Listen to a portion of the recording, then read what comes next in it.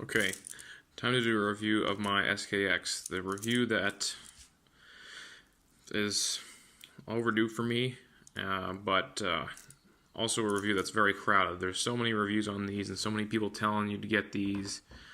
So I'm going to throw my opinion into the mix. So first off, I'd just like to talk about my rationale for purchasing the SKX.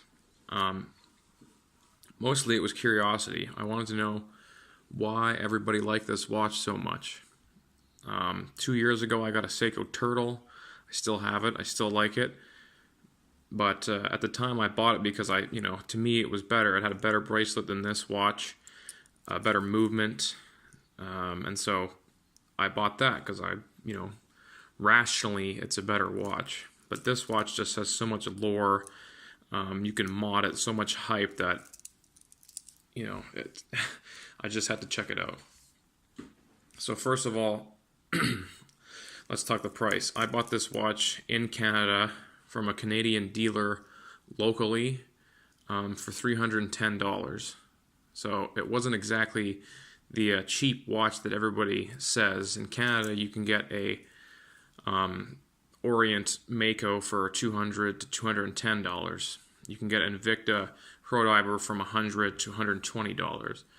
So this watch being the super cheap diver, not exactly true. Like a Bambino also, for instance, is about $200 Canadian. So this watch is, it's gone up quite a bit. It's not super cheap anymore. I don't know if it really was, but we get beat up here up in Canada with prices because our dollar is just terrible. In the U.S., I believe these are around $100. $200. So for me, though, it was still worth it to check it out. I put it off for several years. I've been looking at reviews all the time, and so I wanted to check it out. And I thought that was a decent price. You see these on Amazon for like $320,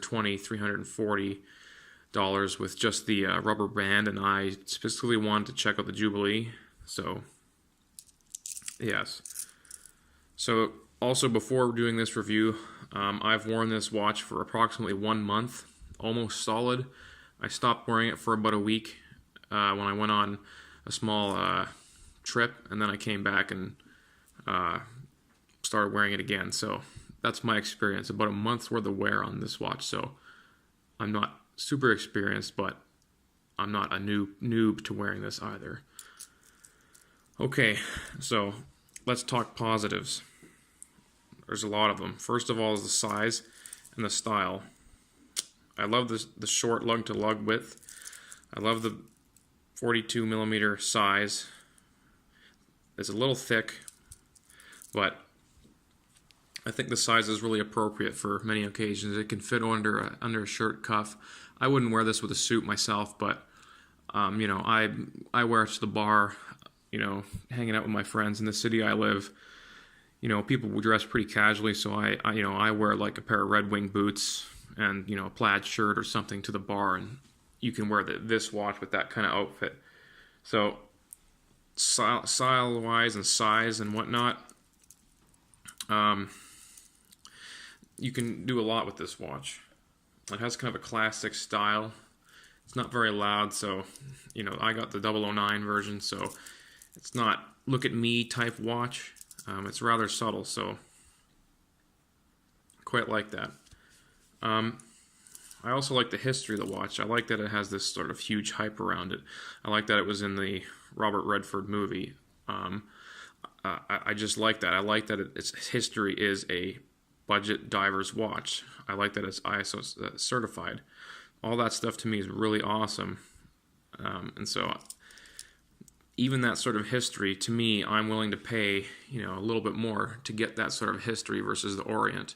And personally, I like the style of this better than the Orient. I think the Orient, to me, looks a little bit more like every other dive watch, This looks Seiko. This thing bleeds Seiko, so I like that. I like the looks of the hands. Quite interesting. I like the looks of the indices on there. I like how big they are. They're not applied. You can actually see the loom where the loom is applied, and then the white around it, so it's printed with loom applied on top, so there's no ridge around it like there is on the Seiko Turtle, for example. I like the date 8 complication.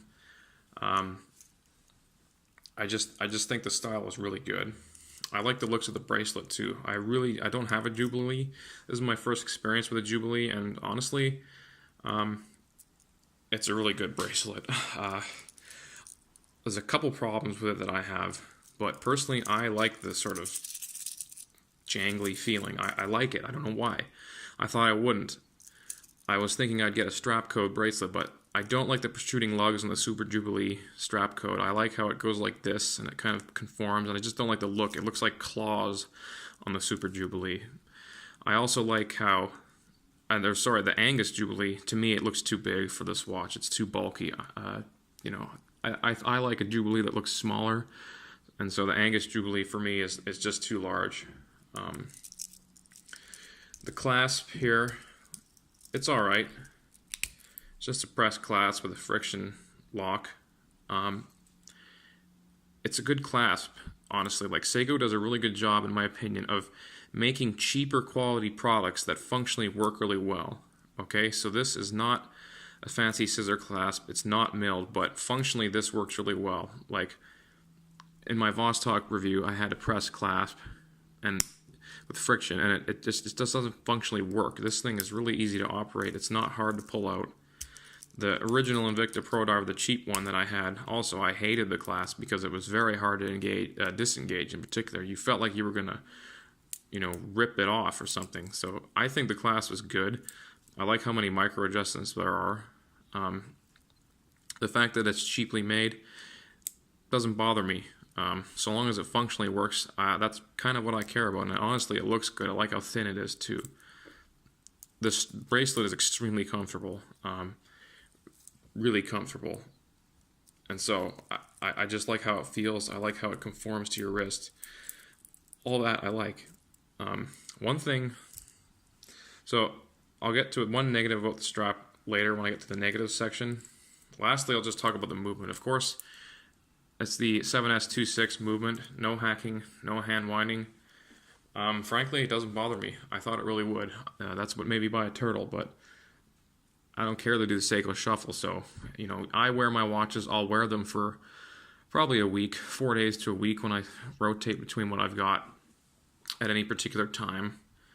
And so, I'm using it for 5 days, and then I put it down, and then you just got to shake it a little bit, and it starts going, and then once you wear it, there's no problem. So honestly, I thought it would bother me a lot more, but it doesn't.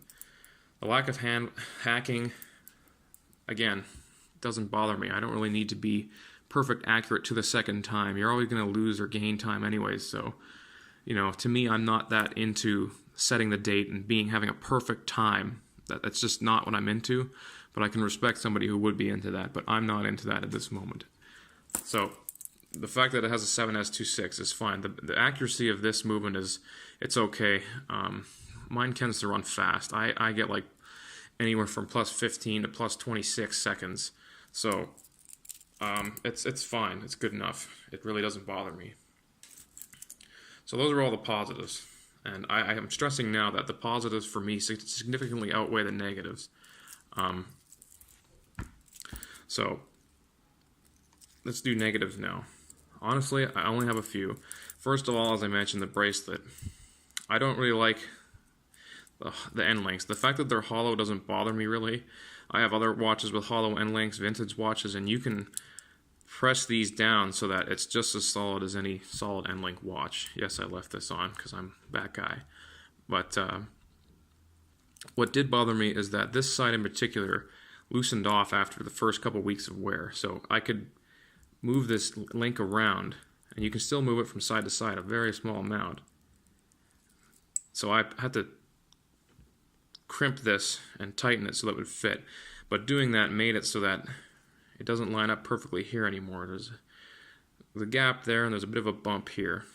If you can see that, the ridge. Whereas on this side, it's a little more flush. I didn't have to change this side, but there is still a little bit of a bump there. Again, is that a huge deal? Not at all, but it's just something. My other gripe's the bezel. Whilst I like the bezel, I like how it feels. Mine's a little funky. If you do this, It's lined up. I can go around. Messed it up there the first time. Let's say I'm trying to line it up. Here, whoa, goes back one click. Back to the center. Oh, back one click again. If I go a little bit further, it doesn't go back. So that's one problem that bothers me. Now, I go a little bit past the center and it doesn't go back. But for some reason, right when it's in the center, there's play and you can move it back. So, I'm not paying attention doing it through the camera here. So, that's something that bothers me. I don't know. I'm kind of weird in the sense that I don't want to go get it fixed because my chapter ring is very ever so slightly misaligned from the bezel, and here very, very slightly. It's a little bit further this way if you can notice. Not horrible. It's sort of this, you know, so when this being a little bit loose, I can actually align the bezel better than it would be if I had it just sitting there. So yeah, it's kind of a weird sort of thing I'm willing to live with, and it doesn't move. Like if you have it on your shirt or something, it doesn't move. So yeah, I don't know. Maybe I'll get it fixed at some point, but at the moment I've been just kind of dealing with it. Basically, those are the only complaints I have about the watch, is just that, the bezel, and this. And I guess maybe another complaint would be the price. I think these things are going up a little bit much, but at the same time, I bought it, so clearly the price doesn't, you know, it didn't deter me from buying the watch. So, conclusions then. Honestly, I love the watch. I was always so skeptical of the hype. You know, everybody, when you're on Facebook groups and forums, everybody says, oh, get a Seiko, get an Orient. Why are you buying this? Don't buy the micro brand, get a blah, blah, get a Seiko SKX, get a Seiko X, SKX. There's droves of people saying it. Now that I have it, I kind of get it. I'm not a Seiko zealot or fanboy. I like Seiko a lot, but I mean, honestly, if you don't like the style of it, don't get it, right? So, I don't know. It's one of those things where I'd push someone to get one, but, you know, at the same time, I wouldn't push someone so hard to buy this over something else. But I personally think it's an amazing watch. It'd be a really good watch for your first automatic watch, too. Just the fact that you can dial with it, that it's certified from a historic brand. I don't know. So I'm kind of stuck in the middle. I don't know how to push, you know, if I'm going to push the get an SKX thing quite yet. But I can see why you'd get it, if that makes sense. So, yeah, overall, I like it. It's very comfortable. 7 1/4 inch wrist. Doesn't look too big. The bracelet's awesome. I forgot to mention the bracelet uses push pins or clipping pins to size. It's really easy to size. I only have to take out a couple lengths, so the thickness is a little thick, but it's okay. I have bigger watches, so, you know. Honestly, overall, I think this is a great watch, and I wouldn't hesitate to get one again. Personally, I like the 009 version better than the Pepsi. I'm kind of boring, so I tend to like watches with dark colors, usually black mostly, or dark blue. But overall, this is an awesome watch. So this is just my 2 cents with the SKX. I'm not an expert. I'm just a consumer. And go try one out if you can. I've seen them at ADs in my city before. I've seen them in other cities in Canada. I think it's well worth it to at least experience one for a little while. So that's my 2 cents on this. Thanks for watching, everybody. I really appreciate it. And take care. Bye-bye.